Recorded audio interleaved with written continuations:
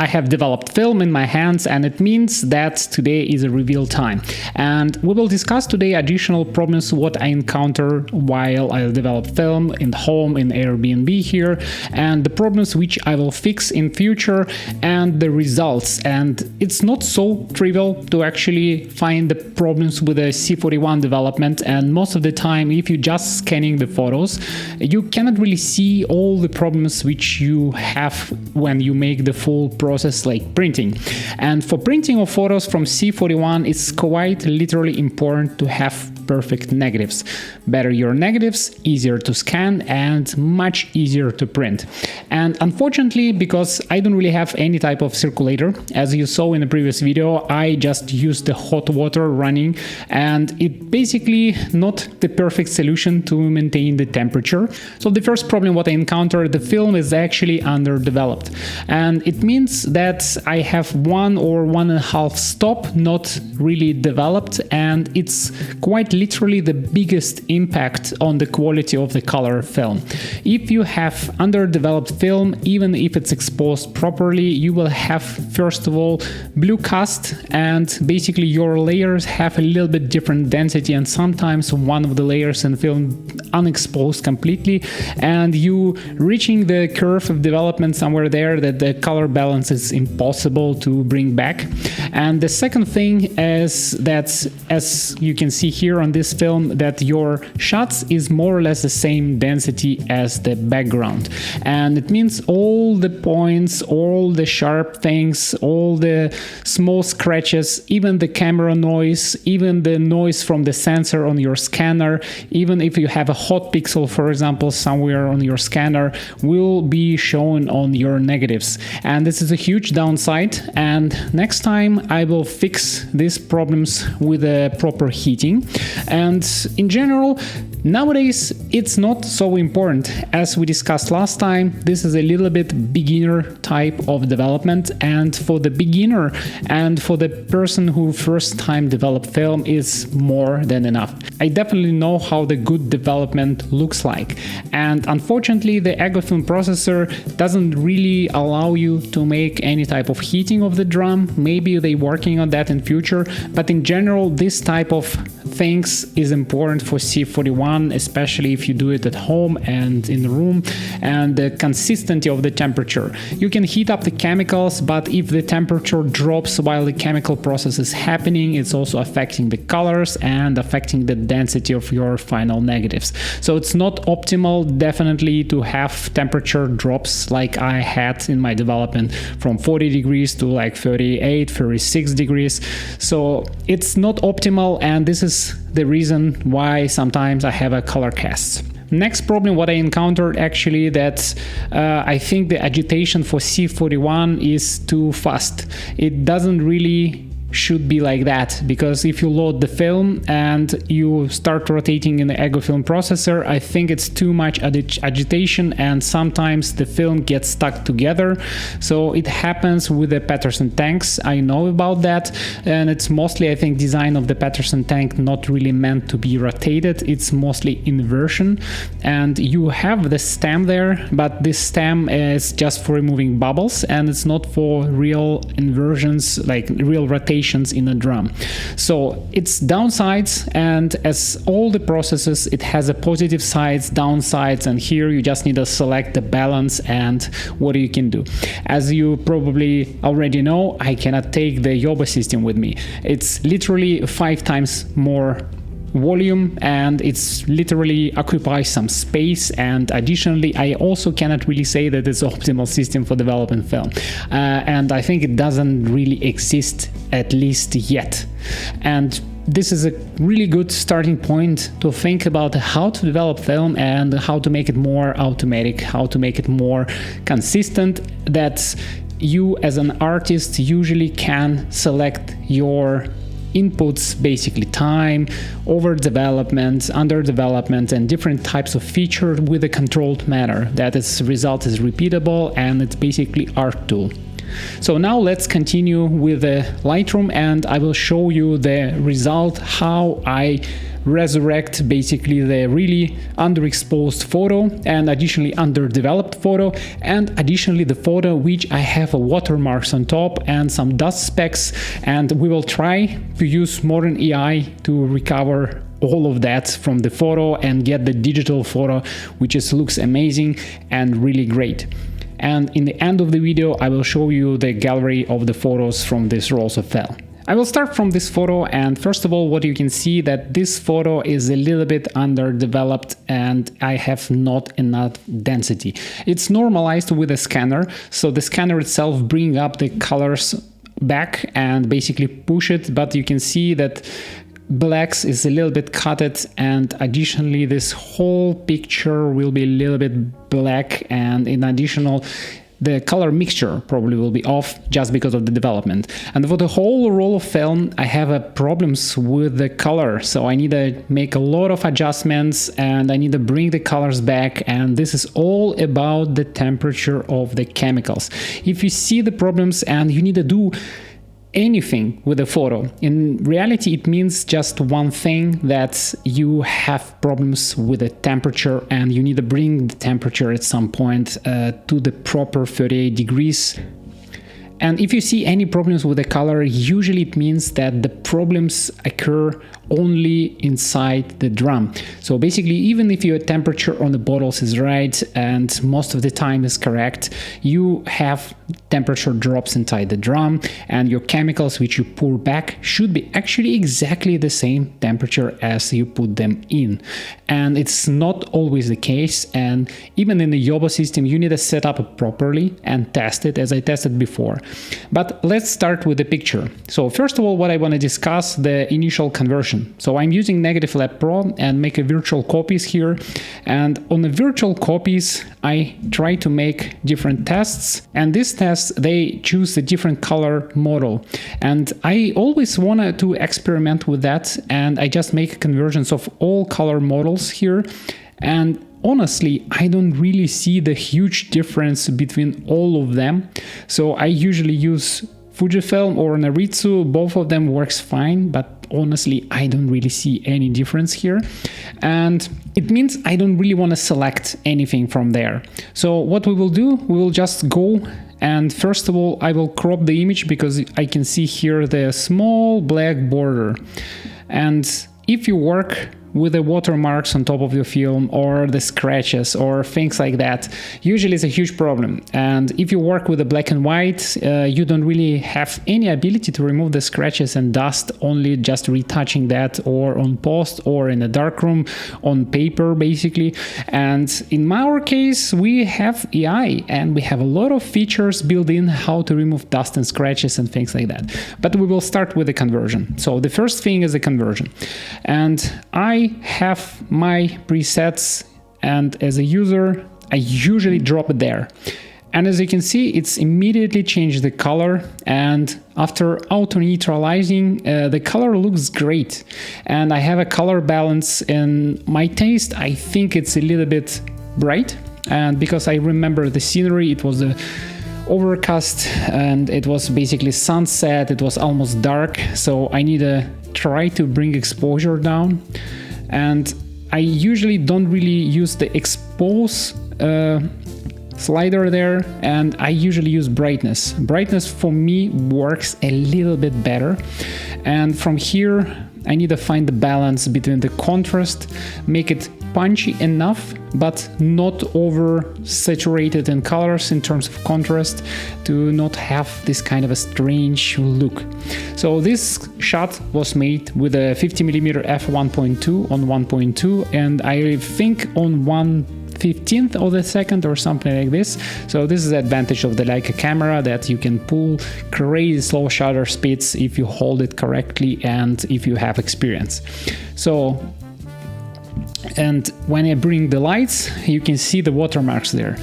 Ideal way is to rewash the film, and in my case, I rewashed 2 films, and in this one I actually have no option to do that, and additionally it was only one shot when I have these watermarks on top, so we will try to fix them in post together and see how good the result will be. But in general, try to keep your film clear and store it correctly, and also really spend time to wash the film. I'm searching for the volume, especially on the face, and the volume of the picture and separation. And we also we can add some fade. As you can see, it's more artistic choice than just, it's only for looks. In general, it's ruining the quality of the picture, but in our case we need to think about the final picture as the final product, and we're not really printing this picture, so we're printing it now, and I want to see the certain look, and I'm not really limited by purist of the film here, and I want to see the picture a little bit more arty. And if I have the problems with the color, I also want to try to fix them. So more or less the balance is there, and now I want to try additional balancing inside these sliders of middle and highs and shadows.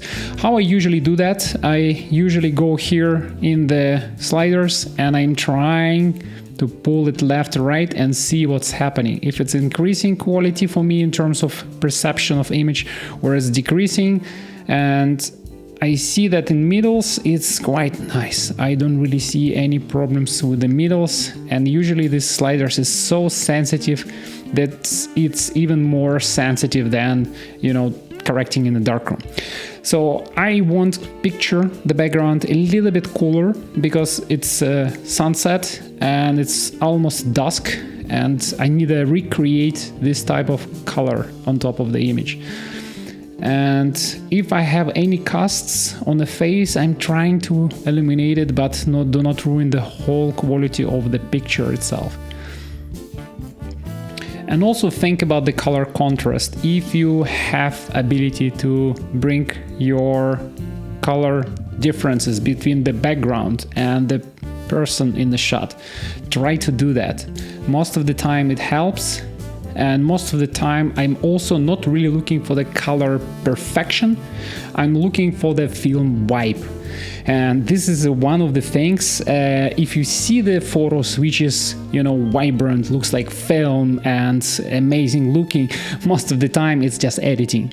And it's much better to edit film photos to look like film photo than to edit the digital photo to look like a film photo, if you know what I'm talking about. Because also movies in general, they shot on the film which is, for example, Kodak 400D. And if you shoot the 400D on your camera, just cinema film, you will see that the cinema film actually looks 100% like digital. It's almost impossible to distinguish one from another. But in the same time, if you start to editing this film, it actually brings up back all the qualities of the film and the film look and the looks like from the movies.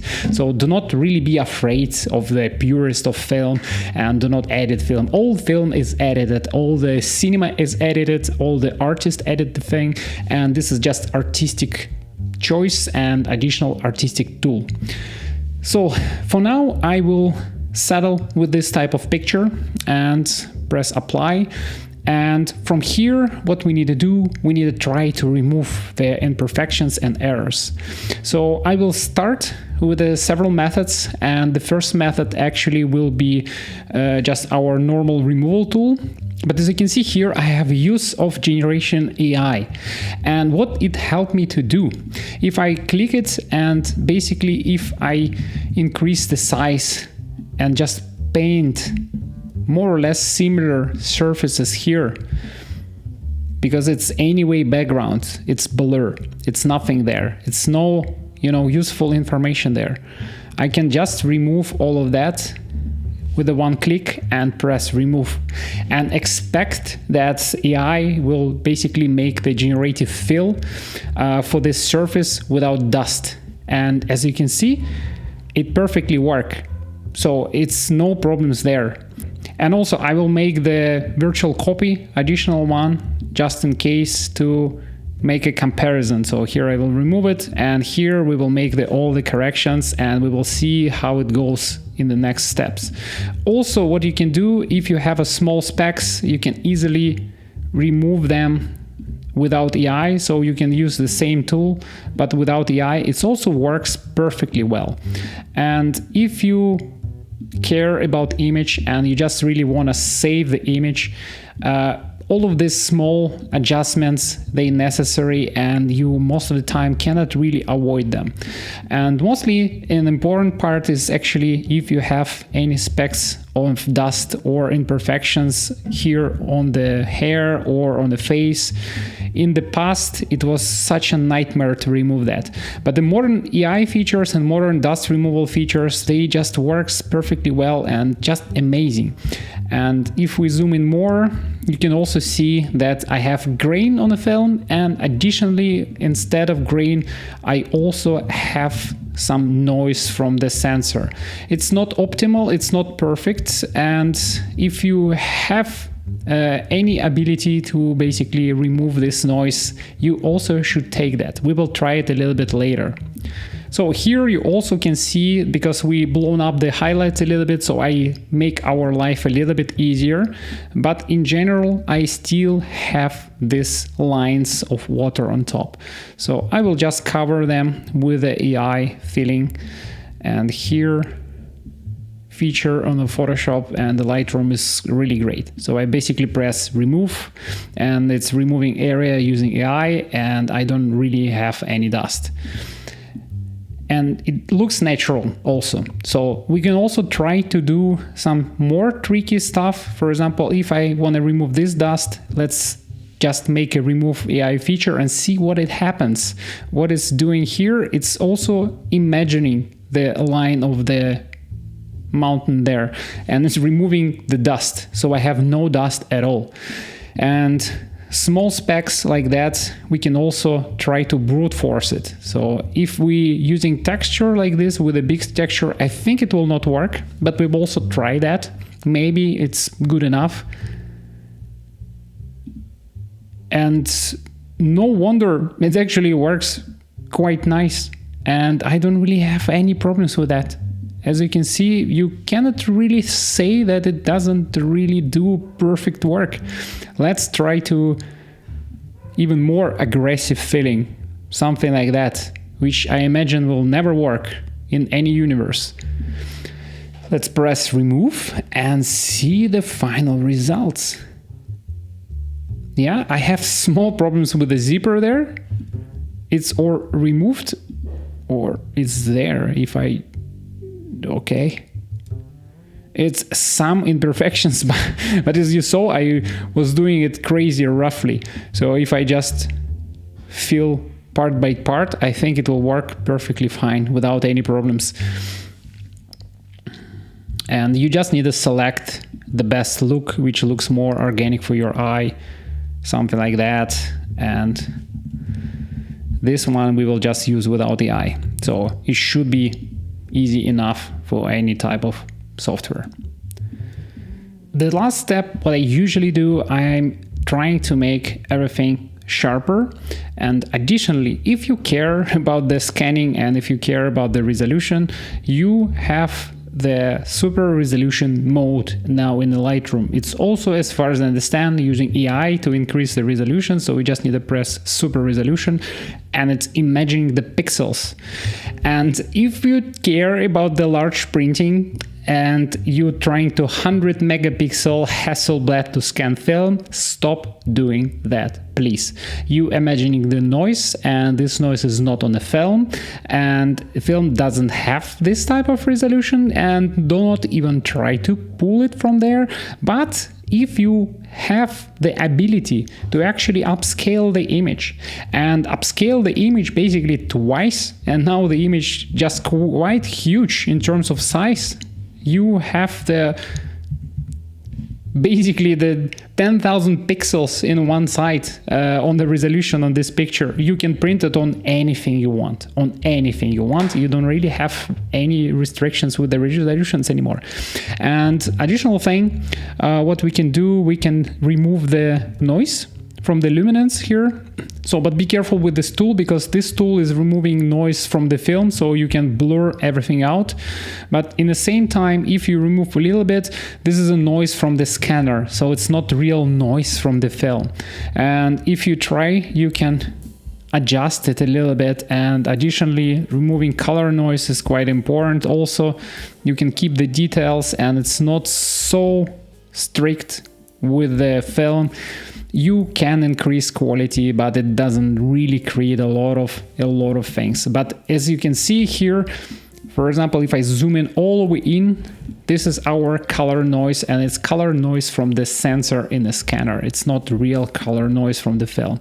And even a small amount of the filtering helps to eliminate all of these problems altogether.